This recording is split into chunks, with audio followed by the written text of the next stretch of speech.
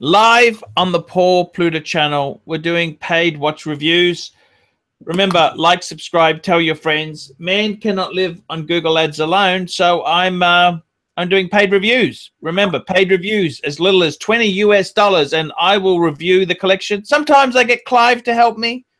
Clive, today I'm doing a review on a brand you've probably never ever heard of. Okay. And yesterday we looked at that LU Chopard Tech Twist, which you absolutely hated. Today we're going to look at another watch, which I just want to get. Sorry. Not only would I pronounce a death sentence on that shitter, I would insert the needle myself. I see. Very, very interesting. Now, Clive, we're going to go to a different watch today. Now, this is very classical. Very classical sort of watch. Tell me what you think of this. It's a Speake-Marin from Switzerland. And this is actually, I'm doing these reviews here. This is for a specialized watch club. It's a private watch club originally in Spain. And they've commissioned a few pieces there. Now, they've got the Chronotemps V2 by Speake-Marin. Now, let's have a look at this watch here. I want to have a look at it before we criticize it, and we'll discuss the brand further. Have a look at this. Very elegant, classical type of watch, because you didn't like the avant-garde style yesterday. So let's have a look at this. Very, very classically, beautifully done.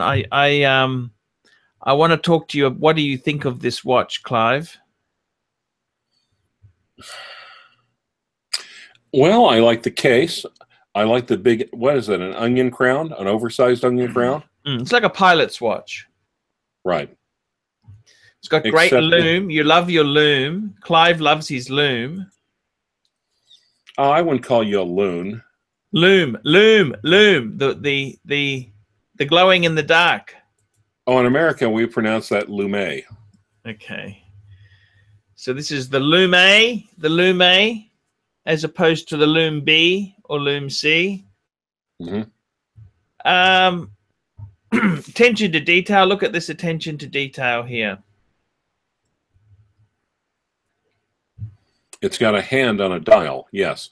And I've noticed every minute has a piece of plastic sticking out of the dial. Have a look at that movement. Beautifully done. I'm looking. Absolutely beautifully done. Look at the finishing on this piece here. The screws, everything is just superb. Even the strap with the buckle, look at that. Just beautifully done. That is the second nicest movement I've seen today. Now, what's the verdict on this watch here? Do you like it? Do you hate it? It's not a mainstream player. Well, this is not mainstream type of watch. I want to hear what you think of it. I met it. I am completely indifferent. I mean, I like the case. I like the crown. I'm just not wild about the dial. It's a pilot's watch, but it's not a pilot's dial. Have you ever heard of that brand before? No. I've heard of Speake-Marin, though. Okay. This brand here is it's a bit of a you know who Speake-Marin is, right? No, I don't. Who's that? You ever heard of Cheech and Chong? No. Really? I don't watch TV. I don't watch TV. No, movies. Movies. You go to movies, don't you? Occasionally. Okay, so let's. Okay. Okay, so this brand here, Speake-Marin, and it's basically, this company was founded in 2002 by English watchmaker Speake-Marin, and it's based in Bursin, Switzerland. This guy here, he's got an English father, Welsh mother. He graduated from Hackney Technical College in London in 1985. He went to Switzerland, did an in-depth course, and he specialized in antique watches. He went to Switzerland in 1996 to develop and build high-end complications for Renard and Papy, now Audemars Piguet, Renard and Papy. Okay. It's kind of a very, very boutique-y kind of special sort of brand. Very conservative, vintage type looking pieces. Now, some of the ones I've seen there. Okay, so that's the Spirit Midi. The Marin 2, not bad. I could live with that. Yeah. He's sort of look. He's a very independent sort of watchmaker. Renaissance is quite a very attractive, I thought, with the skeletonization there. He's kind of he's quite a young guy. He's born in 1968, Clive. He's not much older than me. And some of the watches there. Let's have a quick look here. I always like to do the Chrono 24 summary. Let's have a look on Chrono 24 and see what are they going for. So here we go. We've typed in Speake-Marin, and here we go. We've got quite a few watches here. 14 of the suckers. I think it's a very specialist sort of brand there. I don't know whether I would be investing in the brand, but you've got to hand it. Let's look at a cheap. That's a private seller. Here we go. This one here is 5,500 Australian dollars. It's possibly not the greatest one. Let's have a look at a little bit more money. Here's a you're talking about this. This is a Spirit Wing Commander. Let's have a look at this. Nice case, beautifully finished, great attention to detail. $10,000. What do you think, Clive? Give me your verdict. Is it a dud or is it a brand you would lust after and desire? See, look at this. This is a gold one. That one I like. I'm just not wild about the font of it. 20,000, but I mean, for 20,000, you understand that the world time would be a safer investment, don't you? Yeah, I do. But it's often not about that. Look at it. It is beautifully done. The watch is beautifully done. So what's the advantage of his movement over your average Swiss movement, or over a Patek movement? I mean, it's $20,000, and so what's it do? Tell the time, right? That's all it does. Yeah, retail was 30. It's a $30,000 watch. Look, it's a boutique brand. Okay, it's very boutique. It's some people like these. This is the Speake-Marin website. It's a very much a boutique brand. You understand? It's for people who are just. You could commission your own watches. It's that's kind of what it is. It's for people with how do I put this? More money than sense. Yeah. Is that wrong to say that? No, it's not wrong to say that. Or just something I guess that's just different. I mean, they are beautiful. He does do beautiful work. Yeah. No question of that. The problem is that you buy one of these type of pieces, would you ever sell it again? Could you ever sell it again? That's the question. People will be saying, "Speak what?" Exactly. Speake-Marin, who the hell? That's exactly. I mean, look, I think if you are so well off, you can buy these. Look, he's really tried to capture. What? This watch here, look at this. Cabinet de Mysteries. This is cast your mind back to the 19th century in a book-lined room of a gentleman's club in London. filled with all manner of exotic objects.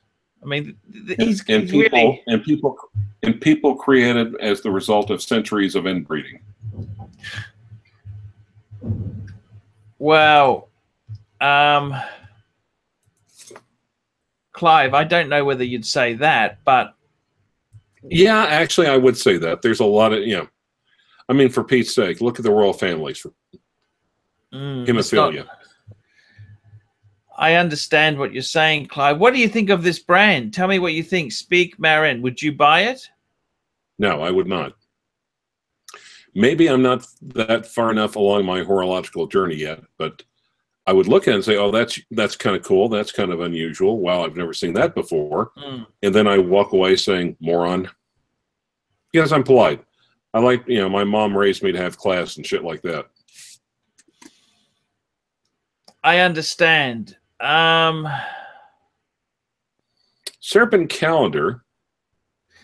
Look at this, the J class. After the exhilaration of a white knuckle ride on a finely tuned racing yacht. Racing yacht. That's what. Isn't that inspiring words he's used there or not? Heeling on a broad reach, with its rail near the ocean and spray cutting the air, comes the rarefied ambience of the yacht club. And it is here that the high-class pedigree of the Speake-Marin J-class timepieces comes into its own. Well, I don't have a yacht, so, well, okay, I have a yacht master, but I don't have a yacht, so I'm not going to buy it. No. They are very cool. They are very cool watches. They're cool, but I don't think it's a value at all. Speake-Marin. The one we're actually reviewing is the Speake-Marin, which was specially created for this private watch collectors club. This here is the This is the Speake-Marin, the Piccadilly. Look at this.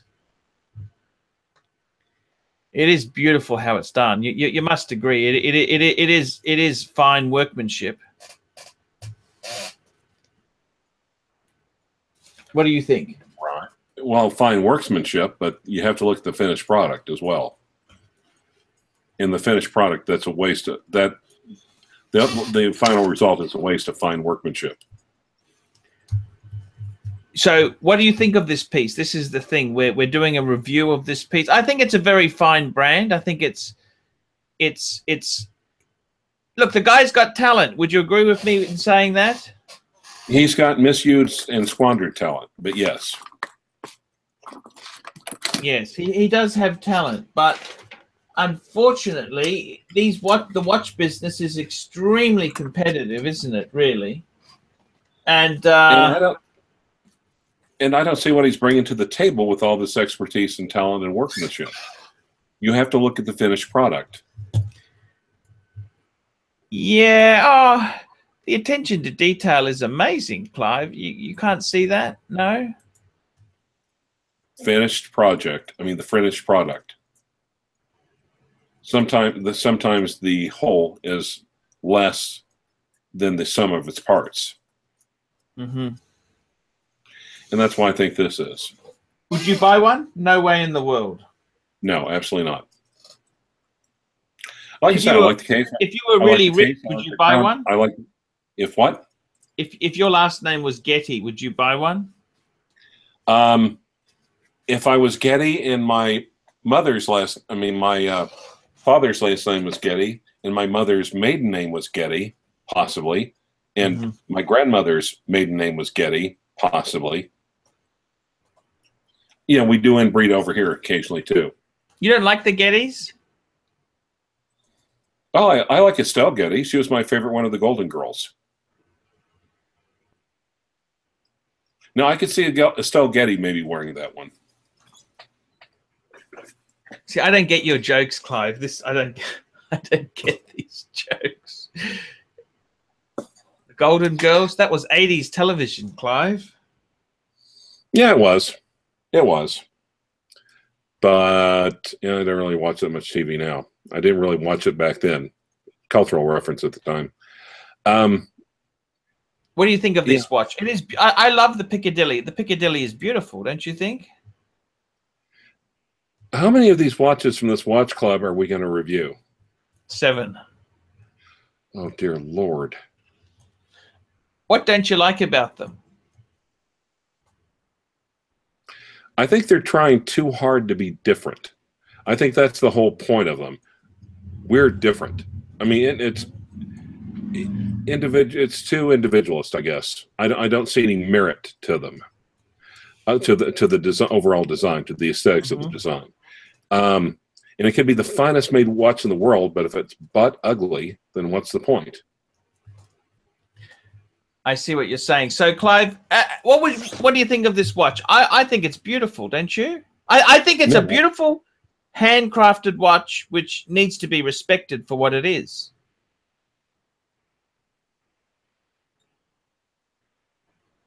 I think, like I said, the whole is less than the sum of the parts. I see. That's not a good way, Clive. We're going the wrong way. It's not. It's not a good. No, it's not good at all. Quit trying so hard to be unique and just make a good freaking watch. Yes. Is it too much? You don't like these boutique brands? You'd rather go with a mass-produced brand?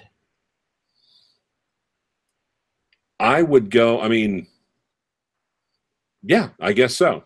I guess so. I mean, so far, I mean, how do I put this? The rain in Spain falls mainly on the shitters. This isn't the shitter, is it? Yes, it is. Why? It's a high price. It's ugly. It's an ugly watch.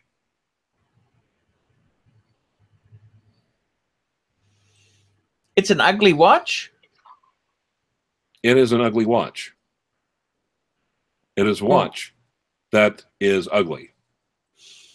It is a watch that is not good looking. I see. Geez, this is a bit harsh, Clive. You hate it. Well, no, do I hate it as much as the last one, that monstrosity in black? No, I do not. That's at least a little bit more. It's not quite as it's not quite an offense to God as last night's was, but it's nothing special. It tries so hard to be special that it ends up being nothing special. Mm-hmm. I mean, it looks like the dial, the design of the dial maybe looks like a third grade class designed it. I see. I see. Okay. Or maybe if you're so, maybe if you're, I mean, yeah, the aesthetics leave much to be desired. No, there's no way. A basic Piccadilly, just to give you an idea of price, is about $11,000 or about 8,000 US. Okay, 7,000 US. Okay, wow, no, I don't think I'd buy it if it was 700 US. I see. Of course, you know, like I said, I'm just another unwashed heathen from the Midwest. I'm just another lowbrow American, but no. 42 mil diameter, quite a nice size watch. Well, they got the size right, I guess. Yes. Everything else, no. Well, I like the case. I like the crown. Nice, large, easy. Is it a manual wind or is it it's an automatic, right?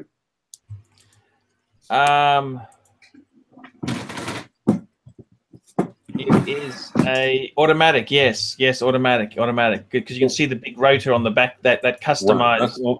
That's what I was kind of thinking. Why go through all that trouble to put that? I mean, that big of a crown on an automatic watch.